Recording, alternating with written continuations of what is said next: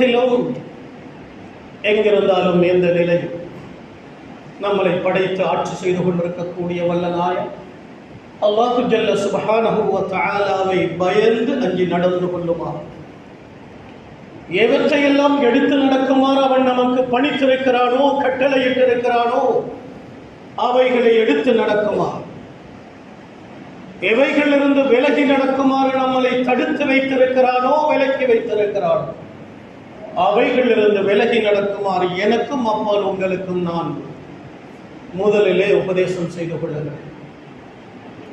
அல்லாஹ்வுடைய நல்லடியார்களே, அன்பு சகோதரர்களே,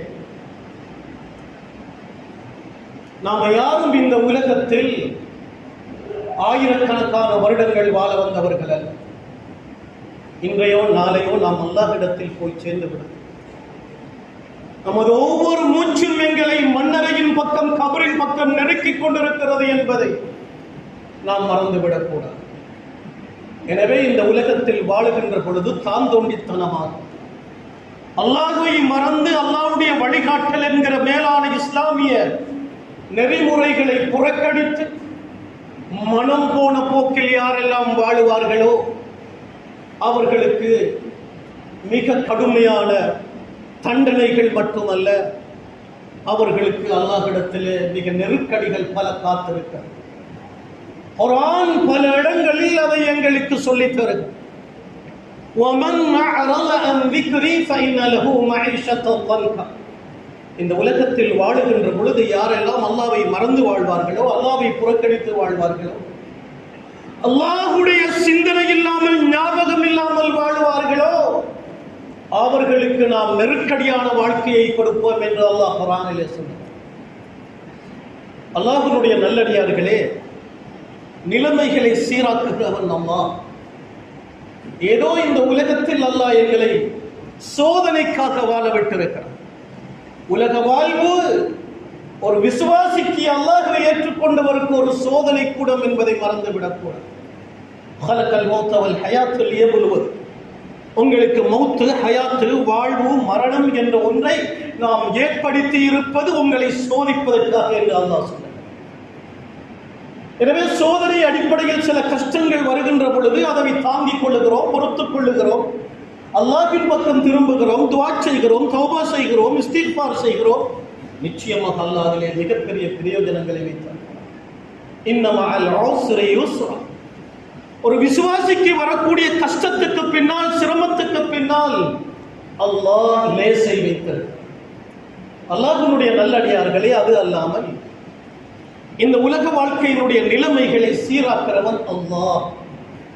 அடியார்களுடைய செயல்பாடுகள் எப்படி அமைகிறதோ, அடியார்கள் எந்த அளவுக்கு அல்லாஹ்வோடு தொடர்புள்ளவர்களாக, அல்லாஹ்வை நினைக்கிறவர்களாக, 5 நேரம் தொழுது தன்னுடைய பாவங்களுக்கு தௌபா செய்து தீனுடைய இஸ்லாமிய வட்டத்துக்குள் எப்பொழுது வாழ்வார்களோ அல்லாஹ் தஆலா எங்களுடைய எல்லா நிலைமைகளையும் நல்லதாக, நமது பூமியை செழிக்கச் செய்வார். வானத்திலிருந்து தேவையான நேரம் அருள் மழையை அல்லாஹ் தஆலா பொழிய வைப்பார். பஞ்சம் இருக்காது, பிரச்சனை இருக்காது, கஷ்டம் இருக்காது, பயங்கரவா எங்களுக்கு ஆபத்துகள், பயங்கள் இருக்காது. குர்ஆன் சொல்லுகிறதே, ஃபமன் தபிய ஹுதாய, உலகத்திலே வாழ்வதற்கு ஒரு வழிகாட்டலை நான் உங்களுக்கு தந்திருக்கிறேன் அல்லாஹ் சொல்லுகிறார்.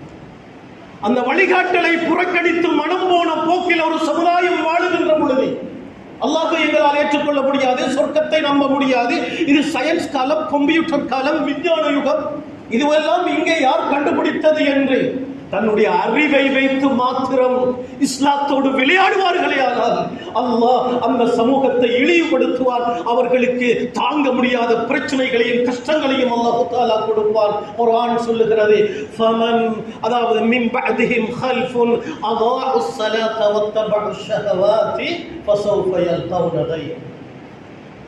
அல்லாஹ்வுடைய போதனைகள், வழிகாட்டல் வந்ததற்கு பிறகு யாரெல்லாம் அவற்றையெல்லாம் உதாசீனம் செய்து இஸ்லாத்தை விட்டுவிட்டு, மார்க்கத்தை விட்டுவிட்டு, இதுவெல்லாம் இந்த காலத்துக்கு பொருந்தாத மார்க்கம் என்று சொல்லிக்கொண்டு தன்னுடைய மனோ இச்சை தன்னுடைய மனோ இஷ்ட பிரகாரம் யாரெல்லாம் வாழ்வார்களோ அவர்கள் பல சிரமங்களை, பல கஷ்டங்களை சந்திப்பார்கள் என்று அல்லாஹ் குர்ஆனிலே சொல்லுகிறார்.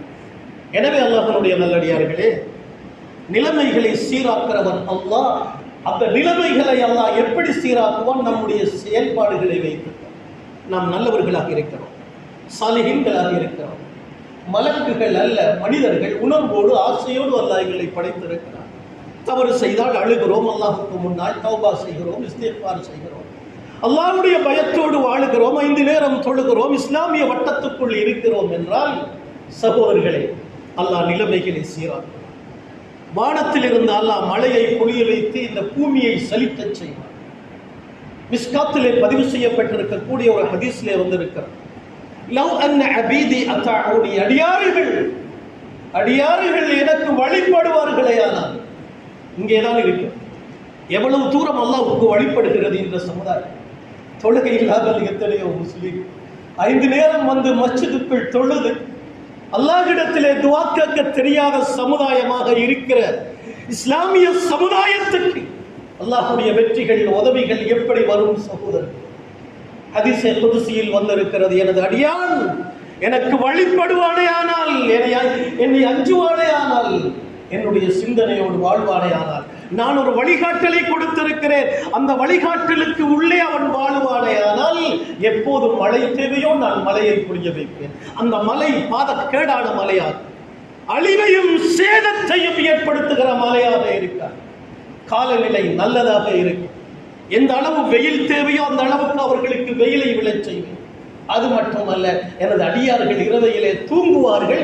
தூங்குகிற நேரத்தில் மழை பெய்து இடி இடித்தாலும் அந்த இடியுடைய சத்தத்தை கூட அவர்களுடைய காதலை நான் விழச் செய்ய மாட்டேன். எனது நல்லடியார்கள் தூங்குகிறார்கள், அவர்களுடைய தூக்கம் கெடாமல் இருப்பதற்காக என்று வல்லவன் அல்லாஹ் சொல்வதாக இருந்தால், நாம் எல்லாம் அல்லாஹ்வின் பக்கம் திரும்பினால், இஸ்திக்ஃபார் செய்தால், தௌபா செய்தால், அல்லாஹ்வுடைய நினைவோடு வாழ்ந்தால், 5 நேர தொழுகையோடு நாங்கள் உலகத்தில் இஸ்லாமிய வழிகாட்டலில் வாழ்வோமே ஆனால், கண்மணி ஸல்லல்லாஹு அலைஹி வஸல்லம் அவர்களுடைய வழிகாட்டலை தலைமேல் எடுத்து பின்பற்றுவோமே ஆனால், அல்லாஹ் இந்த நிலையை நிச்சயமாக எங்களுக்கு தருவார். இடி இடித்தாலும் அந்த இடியுடைய சத்தத்தை கூட அவர்களுடைய காதுகளிலே விழச் செய்ய மாட்டேன். எனது அடியார்கள் தூங்குகிறார்கள், அவர்களுடைய தூக்கம் கெடாமல் இருப்பதற்காக என்று இந்த உலகத்தை ஆளுகிற ரஹ்மான் சொல்லுகிறான் என்றால், ஏன் எங்களுக்கு அந்த பாதுகாப்பு இல்லை? ஏன் எங்களுக்கு அந்த உதவிகள் இல்லை? ஏன் எங்களுக்கு அந்த வெற்றிகள் இல்லை? நாம் எங்களிடத்தில் வழிபாடு பூர்த்தியாக இல்லை. எந்த அளவு அல்லாஹ்வை அஞ்சுகிறோம், எந்த அளவு செய்த பாவங்களுக்கு நாங்கள் தௌபா செய்கிறோம், அல்லாஹ்வுக்கு முன்னால் எத்தனை பேர் பாவங்களை நினைத்து கண்ணீர் வடிக்கிறோம். குர்ஆன் சொல்லுகிறது, இஸ்தக்ஃபிரு ரப்பக், ரப்பிடத்தில் நீங்கள் மலக்குகள் அல்ல, மனிதர்கள். உணர்வு இருக்கிறது, ஆசை இருக்கிறது, தவறு செய்வீர்கள். எனவே நீங்கள் என்னிடத்தில் தௌபா செய்யுங்கள், இஸ்திக்ஃபார் செய்யுங்கள், நான் உங்களை மன்னிக்கிறேன். அது மட்டுமல்ல, உங்களுடைய பூமிகளை நான் செழிக்கச் செய்வேன், ஆறுகளை ஓட வைத்து விவசாய நிலங்களை பரக்கத்துள்ளதாக ஆக்குவேன். பஞ்சத்தை போக்குவேன், பிள்ளைகளையும் பொருள்களையும் தந்து உலகத்திலே சுபிட்சமாக வாழ வைப்பேன் என்று குர்ஆன் சொல்லுகிறது. யார் சொல்லுகிறது? அல்லாஹ் சொல்லுகிறான். ஆனால் இந்த புனித வழிகாட்டலை சுமந்திருக்கிற இஸ்லாமிய சமுதாயம் ஒரு பொடுபோக்குள்ள ஒரு சமுதாயம்.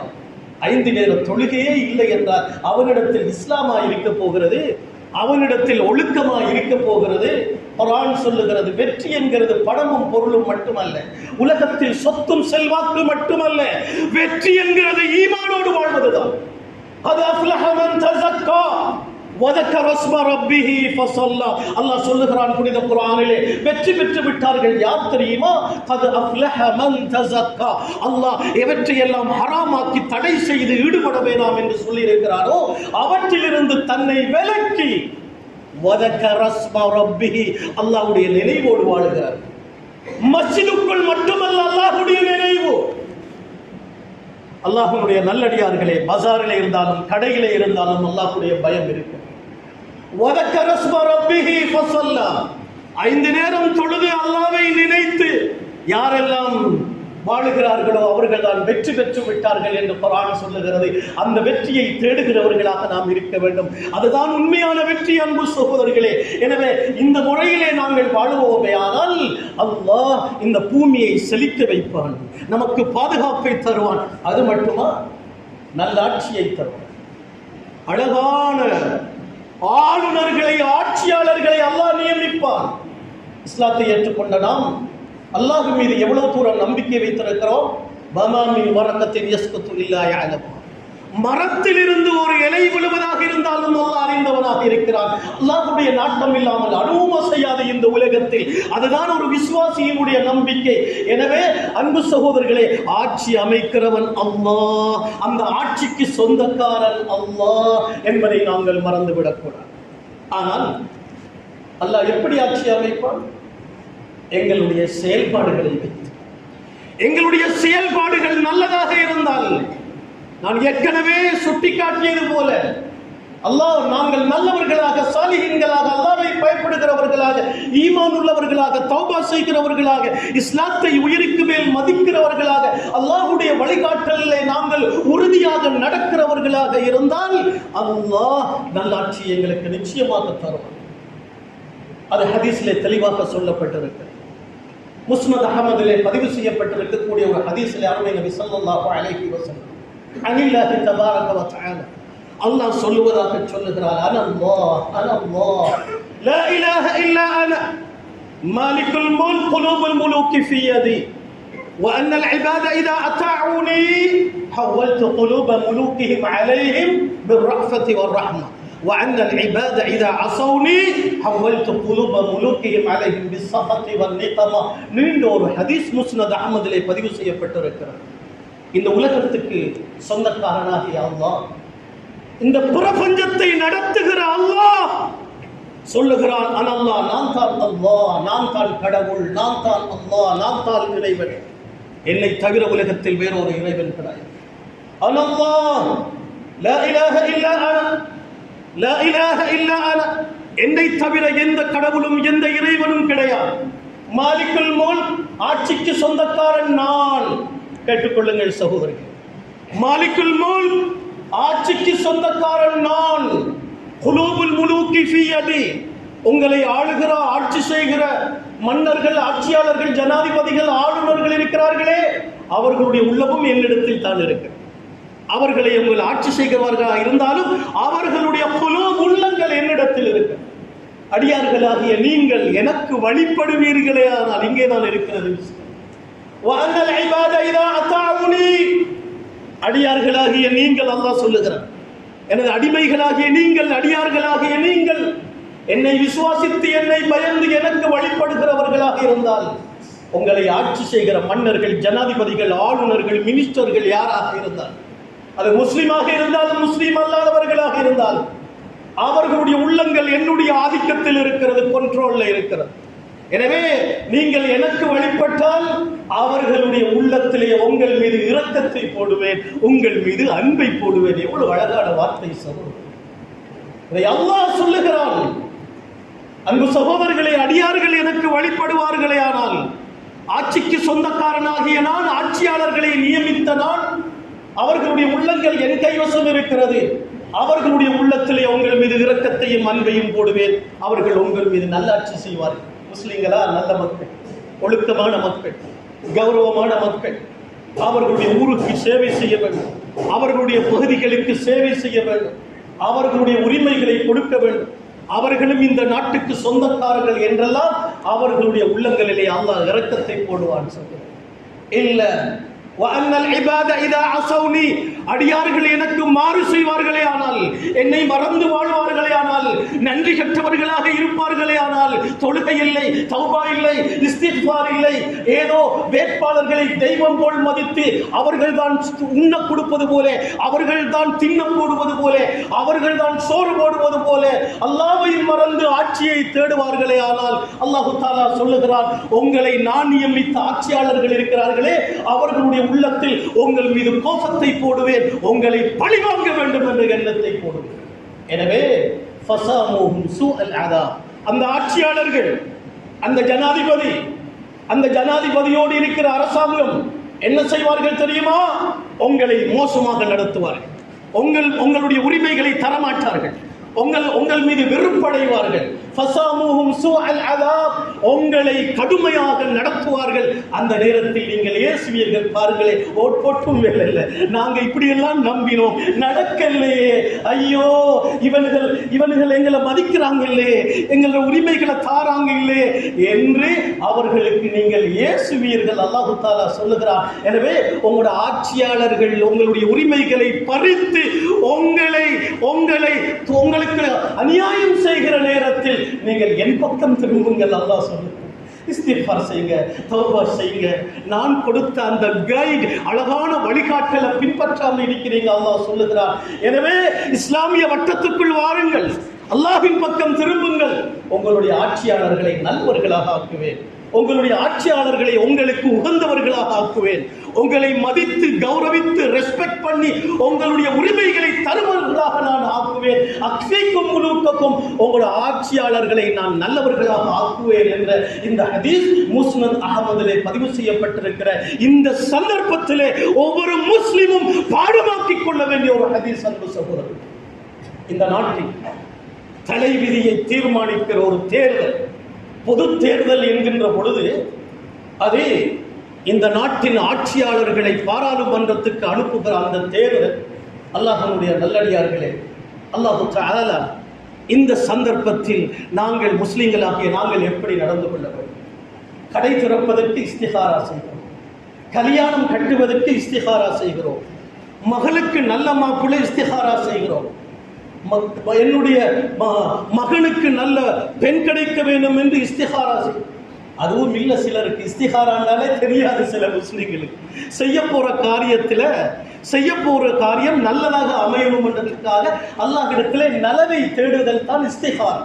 எந்த காரியமாக இருந்தாலும், ஒரு வியாபாரத்தை ஆரம்பிக்க போகிறோம், கடையை திறக்க போகிறோம், ஒரு வேலை செய்ய போகிறோம், ஒரு பிரயாணம் செய்ய போகிறோம், மகளுக்கு திருமணம் பேசி இருக்கிறோம், என்ன செய்ய வேண்டும்? 2 ரக்காத் தொழுது அங்கே இஸ்திகாரா செய்ய போற காரியம் வெற்றியாக அமைவதற்காக ஹைரை நலவை தேடச் சொன்னார்கள் ஸல்லல்லாஹு அலைஹி வஸல்லம்.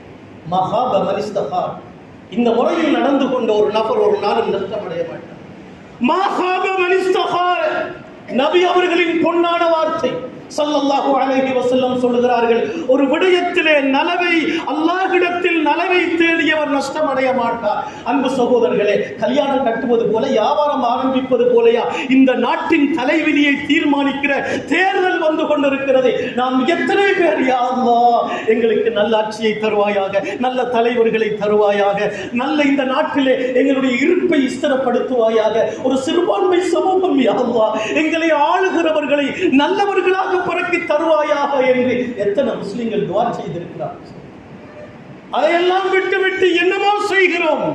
அல்லாஹ்வுடைய நல்லடியார்களே, இந்த மிக முக்கியமான விடயத்துக்கு இப்பொழுதே இருந்தே அல்லாஹ்விடத்தில் நலவை தேட வேண்டும், இஸ்திகாரா தேட வேண்டும். அல்லாஹ்வுடைய நல்லடியார்களே, அது மட்டுமல்ல, ஆட்சி அமைக்கிறவன் அல்லாஹ் என்பதற்கு ஒரு சம்பவத்தை சொல்லுகிறேன், ஞாபகம் வைத்துக் கொள்ளுங்கள். அருமை நபி ஸல்லல்லாஹு அலைஹி வஸல்லம் அவர்களும் சஹாபாக்களும் சிறுபான்மை சமூகமாக அந்த ஜஸீரத்துல் அரபியா தீபகற்பத்தில் இருந்தார். நபி அவர்கள் புனித இஸ்லாத்தை கொண்டு வருகின்ற பொழுது ஒரு இஸ்லாமிய சமூகம் இல்லை. காபத்துல்லா உள்ளுக்கு 360 சிலை, காபத்துல்லா உள்ளுக்கு 360 சிலைகள். சஃபா மர்வா என்ற ஹஜ்ஜுடைய கடமைகளை செய்கிற ஹாஜிரா அலைஹிஸ்ஸலாம் அவருடைய தியாகத்தை ஞாபகம் செய்கிற அந்த 2 மலை குன்றுகளிலும் மிகப்பெரிய அரேபியா தீபகற்பத்திலே மிகப்பெரிய லாத் என்ற சிலையும் உஸ்ஸா என்ற சிலையும் வைக்கப்பட்டிருந்தது. அந்த சமூகத்துக்கு மத்தியிலே அல்லாஹ்வின் தூதர் அவர்கள் வந்து அல்லாஹ்வை வணங்குங்கள் என்று அந்த சொன்ன காலம், அது தனி நபர் நபி அவர்களும் இஸ்லாத்தை ஏற்றுக்கொண்ட அந்த கொஞ்ச மக்களும் மிகப்பெரிய ஒரு சிறுபான்மை சமூகம். 10 வருடமாக அல்லாஹ்வுடைய தோழர் 40 வயதிலிருந்து 50வது வயது 13 வருடங்கள் 53 வருடம் வரை இஸ்லாமியர்களை ஈமான் கொண்டவர்களை உருவாக்குவதற்காக எவ்வளவு சிரமப்பட்டார்கள். நாம் எத்தனை பேர் அதை அறிந்து வைத்திருக்கிறோம். அல்லாஹ்வுடைய நல்லடியார்களே, நபி அவர்கள் சொல்லுகிறார்கள், அல்லாஹ்வுடைய விஷயத்திலே சத்திய மார்க்கத்தை நிலைநாட்டுவதற்காக நான் பயமுறுத்தப்பட்டது போல உலகத்தில் யாரும் பயமுறுத்தப்படவில்லை. நான் வேதனை செய்யப்பட்டது போல யாருமே வேதனை வேதனை செய்யப்பட்டதில்லை என்று அல்லாஹ்வுடைய நபி அவர்கள் சொல்கிறார்கள் என்றால், காபத்துல்லாவுக்குள்ளே 360 சிலைகள் வைக்கப்பட்டிருக்கிற அந்த மௌட்டிய காலத்தில் இந்த புனித மார்க்கத்தை நிலைநாட்ட அல்லாஹ்வின் தூதர் அவர்கள் எவ்வளவு சிரமப்பட்டிருப்பார்கள் என்பதை சிந்தனை செய்து பாருங்கள். 13 வருடங்கள் மதீனாவுக்கு போகிறார்கள். அல்லாஹ்வினுடைய நல்லடியார்களே, அல்லாஹ்வின் கட்டளை, மதீனாவிலே ஒரு இஸ்லாமிய சமூகம் உருவாகிவிட்டது. அங்கே சாலிஹீன்கள் நல்லவர்கள் உருவாகிவிட்டார்கள். அல்லாஹ் சொல்லுகிறான், பயப்பட வேணாம், நான் உங்களுக்கு வாக்குறுதி அளிக்கிறேன். நான் தந்த மார்க்கத்தில் உறுதியாக நீங்கள் இருப்பீர்களே ஆனால் இந்த பூமியின் ஆட்சியாளர்களாக உங்களை நான் ஆக்குவேன். அல்லாஹ் சொல்லுகிறான், وعد الله الذين آمنوا منكم وعملوا الصالحات لا يستخلفنهم في الأرض. அல்லாஹ்வின் மார்க்கத்தில் உறுதியாக பிடியாக நீங்கள் நடந்து கொண்டால் இந்த பூமியின் ஆட்சியாளர்களாக நான் உங்களை ஆக்குவேன். பயந்து பயந்து வாழ்கிறீர்கள். மக்காவில் வாழ முடியாமல் ரெஃப்யூஜிஸ்களாக, அகதிகளாக மதீனாவுக்கு வந்திருக்கிறீர்கள். ஒரு நபித்தோழர் கேட்கிறார், அல்லாஹ்வின் தூதரே, மலங்கழிக்க இந்த மலைக்கு பின்னால் போய்விட்டு வர முடியாது, வாளும் ஈட்டியும் எங்களை நோக்கி வந்து கொண்டிருக்கிறது, அவ்வளவு பயந்து பயந்து வாழுகிறோம், எப்போது இந்த ஆயுதங்களை கீழே வைத்து நிம்மதியாக எப்போது வாழுவோம் என்று கேட்ட பொழுது அல்லாஹ்வுடைய நபி அவர்கள் சொன்னார்கள், அல்லாஹ் வாக்குறுதி அளித்து இருக்கிறான். அல்லாஹ்வின் மார்க்கத்தில் உறுதியாக இருந்தால் அல்லாஹ் அந்த பயத்தை போக்கி நிம்மதியை ஏற்படுத்துவார்கள். அன்பு சகோதரர்களே, அல்லாஹ் அதையும் சொல்லுகிறான், உங்களுக்கு என்ன பயம், என்ன அச்சம், என்ன பீதி, அதை நீக்கி நான் நிம்மதியை ஏற்படுத்துவேன். மூன்றாவது அல்லாஹ்வுடைய வாக்குறுதி, இந்த இஸ்லாம் இன்று இந்த மதீனாவுக்குள் மட்டும்தான் இருக்கிறது, இந்த இஸ்லாத்தை முழு உலகத்திலும் நான் பரவலாக்குவேன் என்று அல்லாஹ் சொன்ன பொழுது அந்த வாக்குறுதியின் பேரிலே அந்த நபித்தோழர்களுக்கு இருந்த உறுதி, நிச்சயம் இது அல்லாஹ்வின் வாக்குறுதி, அல்லாஹ் தருவான் என்ற நம்பிக்கை இருந்தது. மதீனாவுக்கு போய் முதல் வருடம் பத்ர் யுத்தம், இரண்டாவது வருடம் உஹது யுத்தம், மூணாவது வருடத்திலே பல யுத்தங்கள், நாலாவது வருடத்திலே ஹந்தக் என்கிற மிகப்பெரிய வரலாறு காணாத அகல் யுத்தம், ஆறாவது வருடத்திலே ஹுதைபியா உடன்படிக்கை, ஏழாவது வருடத்திலே உம்ரத்துல் கலா, எட்டாவது வருடம் புனித மக்கா வெற்றி. அல்லாஹ்வின் நல்லடியார்களே, வரலாறு படியுங்கள், இஸ்லாமிய வரலாறு படியுங்கள். அல்லாஹ் தஆலா முஸ்லிம்களுக்கு மக்காவை எப்படி வெற்றியாக கொடுத்தான் தெரியுமா? குர்ஆன் சொல்லுகிறது, இன்னா ஃபதஹ்னா லக ஃபத்ஹன் முபீனா, நபி உங்களுக்கு மகத்தான வெற்றியை நாங்கள் தந்தோம் என்று மக்கா வெற்றி பற்றி அல்லாஹ் குர்ஆனிலே சொல்லுகிறார்.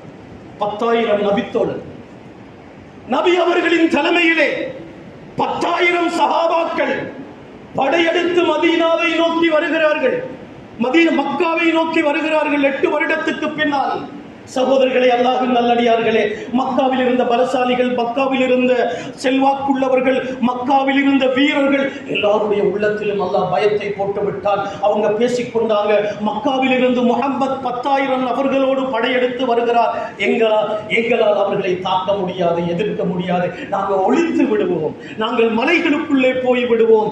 அல்லாஹ் மக்காவாசிகளின் உள்ளத்தின் பயத்தை போட்டான். மக்காவின் தலைவர் அபூ சுஃபியான் சொன்னார், மக்களே, நீங்களே உங்களை பாதுகாத்துக் கொள்ளுங்கள். மிகப்பெரிய ஒரு படை மதீனாவில் இருந்து முஹம்மது ஸல்லல்லாஹு அலைஹி வஸல்லம் அவர்களுடைய தலைமையிலே வந்து கொண்டிருக்கிறார்கள். அதுவும் ரமலான் மாதம் 10வது நாள், 8வது வருடம் ஹிஜ்ரி 8லே அல்லாஹ்வின் நல்லடியார்களே, மக்கா வாசிகள் ஒலிக்கிறார்கள், ஓடுகிறார்கள்.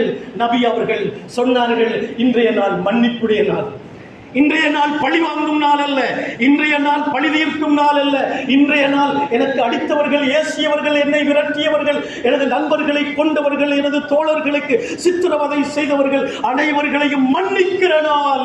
உலகத்தில் எந்த தலைவரும் பேசாத ஒரு வார்த்தை. நல்ல பழி வாங்கலாம், ஜெயிலிலே அடைக்கலாம், அவர்களை தூக்கி பாலைவனத்திலே அப்படியே மலைகளிலே கொண்டு குவிக்கலாம். அல்லாஹ்வின் தூதர் அவர்கள் சொன்னார்கள், இன்றைய நாள் மன்னிக்கும் நாள். யார் காபாவுக்குள்ளே நுழைகிறார்களோ அவர்களுக்கு மன்னிப்பு, யார் அபூ சுஃபியானுடைய வீட்டுக்குள் நுழைகிறார்களோ அவர்களுக்கு மன்னிப்பு, யாரெல்லாம் சண்டைக்கு வராமல் வீட்டுக்குள்ளே இருந்து கதவுகளை அடைத்துக் கொள்கிறார்களோ அவர்களுக்கு மன்னிப்பு என்று அகிலத்தின் தலைவர் ஸல்லல்லாஹு அலைஹி வஸல்லம் பொது மன்னிப்பை அறிவிக்கிறார்கள். சிலர் காபத்துல்லாவுக்குள்ளே நுழைகிறார்கள், சிலர் அபூ சுஃபியானுடைய வீட்டுக்குள்ளே நுழைகிறார்கள், சிலர் வீட்டுக்குள்ளே இருந்து கதவை அடைத்துக் கொண்டார்கள். அல்லாஹ்வுடைய நபி அவர்கள் 10,000 சஹாபாக்களோடு மதீனாவுக்குள்ளே வருகிறார்கள். எந்த இரத்தமும் சிந்தவில்லை, எந்த எதிர்ப்பும் இல்லை, எந்த வாழ்வெட்டும் அம்பு வீழ்ச்சும் இல்லை. வருகிறார்கள், புனித மக்காவுக்குள்ளே நுழைகிறார்கள், புனித காபாவுக்குள்ளே போகிறார்கள். சுப்ஹானல்லாஹ், 360 சிலைகள். ஜாஅல் ஹக் ஜாஅல் ஹக் வஸஹகல் பாத்தில் இன்னல் பாத்தில கான ஸஹூகா. உண்மை வந்து விட்டது, அசத்தியம் அழிந்து விட்டது. அல்லாஹ் அசத்தியத்தை நிச்சயமாக நீக்கக்கூடியவன் என்ற வசனத்தை ஓதி அவர்கள் தன்னுடைய கையில் இருக்கிற தடியால், அசாவினால் அங்கே 360 சிலைகளையும் சாய்த்து சாய்த்து கீழே போடுகிறார். சகோதரர்களே, அப்போது எல்லோரும் விழிமேல் நெற்றியில் கண் வைத்து கண்ணை திறந்து பார்க்கிறார்கள், என்ன நடக்கிறது? ஸல்லல்லாஹு அலைஹி வஸல்லம் சொல்கிறார்கள், என் அன்பு தோழர்களே, இது மட்டுமல்ல வெற்றி. மக்காவுக்கு அகதிகளாக போனோம். மதீனாவில் இருந்து மக்காவில் இருந்து மதீனாவுக்கு அகதிகளாக போனோம். 8 வருடத்துக்குள் அல்லாஹ் இந்த வெற்றியை தந்துவிட்டான். ஞாபகம் வைத்துக் கொள்ளுங்கள் அன்பு தோழர்களே, முஸ்லிம்களே, விசுவாசிகளே, இது மட்டுமல்ல வெற்றி. இந்த அரேபியா தீபகற்பம், அரேபியா தீபகற்பம் என்றால் தெரியுமா? மக்கா, மதீனா, ஜித்தா, தமாம், தாயிஃப், ரியாத், அன்று இவற்கெல்லாம் பேரு அரேபிய தீபகற்பம். இந்த முழு அரேபியா தீபகற்பத்தையும் நீங்கள் ஆளுவீர்கள் என்றார்கள் ஸல்லல்லாஹு அலைஹி வஸல்லம். அதை தாண்டி பஹ்ரைன் உங்களுடைய கையிலே வரும். அதை அடுத்து யமன் உங்களுடைய கையிலே வரும். அதை அடுத்து எல்லா பிரதேசங்களையும் நீங்கள் ஆளுவீர்கள். அதற்கு பிறகு உலகத்தின் வல்லரசான ரோம், இன்று அமெரிக்கா போன்று இந்த ரோமை நீங்கள் ஆளுவீர்கள். இந்த அதாவது பாரசீகம், இந்த பாரசீகம் உங்களுடைய கையிலே வரும் என்று அல்லாஹ்வுடைய நபி அவர்கள் அங்கே நன்மாராயம் சொல்லுகிறார்கள். இந்த நன்மாராய வார்த்தைகளை கேட்டு சில முனாஃபிக்கீங்கள் ஒழித்துக் கொண்டு என்ன சொன்னார்கள் தெரியுமா? பாருங்களேன், இவங்களுக்கு ஊச போட கொடுத்தா உலக்கைய போடுற மாதிரி மக்காட வெற்றி எப்படியோ கிடைச்சிட்டு அரேபிய தீபகற்பம் கிடைக்குமா? ரோம் பாரசீகத்தையும் ஆளுவார்களா? இது நடக்குமா என்று பரிகாசம் செய்தார்கள். அல்லாஹ்வினுடைய நல்லடியார்களே, அவர்கள் பரிகாசம் செய்கின்ற பொழுது அல்லாஹ் பதில் சொல்லுகிறார். அல்லாஹ் குர்ஆனுடைய ஆயத்தை இறக்கிறான். நபியே சொல்லுங்கள் அந்த நயவஞ்சகர்களுக்கு, அல்லாஹ்வின் வாக்குறுதியிலே நம்பிக்கை இல்லாத அந்த நயவஞ்சகர்களுக்கு சொல்லுங்கள், ஆட்சிக்கு சொந்தக்காரன் அல்லாஹ். குலில்லாஹும்ம மாலிகல் முல்க் தூதில் முல்க மன் தஷா வ தன்ஸிஉல் முல்க மிம்மன் தஷா வ துஇஸ்ஸு மன் தஷா வ துதில்லு மன் தஷா பியதிகல் கைர் இன்னக அலா குல்லி ஷைஇன் கதீர். அப்பொழுதுதான் இந்த வசனம் இறங்குகிறது. நாங்கள் ஓதுகிறோம் குர்ஆனில். சொல்லுங்கள் முஹம்மதே நபியே, குலில்லாஹும்ம மாலிகல் முல்க், முல்க் ஆட்சி, ஆட்சிக்கு சொந்தக்காரன் அல்லாஹ். தூத்தில் முல்கதன் தஷா, நாடியவர்களுக்கு ஆட்சியை கொடுக்கிறான். நாடியவர்களிடத்திலிருந்து ஆட்சியை பறித்து அவர்களை இழிவாக்குவான், நாடியவர்களை கண்ணியப்படுத்துவான். அவன் நாடியவர்களை இழிவுபடுத்துவான். வேதிக்கல் கைரின காயலா குல்லி ஷைஇன் கதீர், உன்னுடைய கையிலே தான் எல்லாம் இருக்கிறது. அவன் சக்தியுள்ள ரப்பு, இறைவன் என்று சொல்லுங்கள் நபியே என்ற வசனம் அன்று இறங்குகிறது. இதுவெல்லாம் எங்களுக்கு பாடம். இந்த தேர்தல் காலத்தில் ஆட்சி அமைக்கிறவன் அல்லாஹ் என்று அந்த ஏழை சஹாபாக்களை பார்த்து எள்ளி நகையாடுகிற முனாஃபிக்குகளுக்கு பதிலாக அல்லாஹ் சொல்லுகிறான். நாங்களும் அந்த வசனத்தை ஓதுகிறோம். அன்பு சகோதரர்களே, எனவே இந்த நேரத்தில் நாங்கள் அதிகமாக நபி அவர்கள் கேட்ட ஒரு துஆவை கேட்டு வார்கள். அல்லாஹ்வுடைய நபி அவர்கள் அடிக்கடி கேட்பார்கள், அல்லாஹும்ம லா துஸல்லித் அலைனா, அல்லாஹும்ம லா துஸல்லித் அலைனா பிதுனூபினா மன் லா யகாஃபுக வ லா யர்ஹமுனா. எங்கட பாவங்களின் காரணமாக இங்கே தான் சிந்திக்க வேண்டும். நான் ஆரம்பத்திலே சொன்னேன், அல்லாஹ் ஆட்சி அமைக்கிறது எங்களுடைய செயல்பாடுகளை வைத்துத்தான். எனவே பிதுனூபினா, யா அல்லாஹ், எங்களுடைய பாவத்தின் காரணமாக கடவுள் பயம் அல்லது அல்லாஹ்வுடைய பயம் இல்லாதவரையும் குடிமக்கள் மீது இரக்கம் இல்லாதவரையும் எங்களுக்கு அரசராக ஆட்சியாளராக ஆக்கிடாதே யா அல்லாஹ். நபி அவர்கள் துஆ செய்தார். ஏன் எங்களுக்கு இந்த துஆவை ஓத முடியாது, கேட்க முடியாது? அல்லாஹும்ம லா துஸல்லித் அலைனா, எங்கள் மீது சாட்டி விடாதே யா அல்லாஹ். மல்லா யகாஃபுக, உன்னை பயப்படாத அரசர்கள். அதே நேரத்தில் மல்லா யர்ஹமுனா, எங்கள் மீது இறக்கப்படாத சுயநலமிகள். சகோதரர்களே, பாராளுமன்றத்துக்கு சுயநலமிகளை, படிப்பில்லாதவர்களை, அறிவில்லாதவர்களை, எங்கேயோ இருக்கிற வீரர்களை பாராளுமன்றத்துக்கு அனுப்பினால் நமக்காக குரல் கொடுப்பார்களா? நமது மஸ்ஜிதுகள், மதரசாக்கள், நமது இருப்பு, நமது கிராமங்கள் பாதுகாக்கப்படுமா? அதை நாங்கள் சிந்திக்க வேண்டும். எனவே வாக்கு என்கிறது, வாக்களிக்கிறது என்கிறது ஷஹாதா என்பதை மறந்துவிட வேண்டாம். சாட்சி சொல்லுகிறோம். வாக்களிப்புங்கிறது விளையாட்டு அல்ல. இஸ்லாமிய கண்ணோட்டத்திலே வாக்களிப்பு என்கிறது பைஅத். நபி அவர்களுக்கு சஹாபாக்கள் பைஅத் செஞ்சார்கள். ஹஜ்ரத் அபூபக்கர், உமர், உஸ்மான், அலி இந்த உலகத்தில் ஜனாதிபதிகளாக இருந்தார்கள். அமீருல் முஃமினீன், விசுவாசிகளின் தலைவர்கள். அவர்களுக்கு பையச் செய்தார்கள் சஹாபாக்கள். இன்று இந்த ஓட் போடுறது என்கிறது ஒரு சாட்சியம் என்பதை மறந்துவிடக்கூடாது. எனவே அங்கே நாங்கள் சாட்சியம் அளிக்கும் பொழுது என்ன சொல்லுகிறோம் தெரியுமா? ஓட் போடும் பொழுது இந்த நபர் சமூகத்துக்கு, ஊருக்கு, நாட்டுக்கு சேவை செய்ய தகுதியானவர், இவர் நல்லவர், இவர் ஒழுக்கம் உள்ளவர், இவர் தன்னுடைய நாட்டு மக்கள், இவர் சுயநலக்காரராக இருக்க மாட்டார், இவர் ஒரு திருடனாக இருக்க மாட்டார், இவர் நல்லவர் என்று சாட்சி சொல்லுவதுதான் ஓட்டு போடு. எனவே அந்த ஷஹாதா இஸ்திகாராவோடு இருக்க வேண்டும், துவாவோடு இருக்க வேண்டும். கட்சியிலே வேரூண்டி என்ன வெட்டி போட்டாலும் பச்சை ரத்தம் சிவப்பு ரத்தம் என்று சொல்கிறவர்களாக இருக்கக்கூடாது. காலத்தின் தேவை, நாட்டின் நிலைமை, இஸ்லாமிய சமூகத்தின் நிலைமையை சிந்திக்கிற முஸ்லிம்களாக நாங்கள் இருக்க வேண்டும்.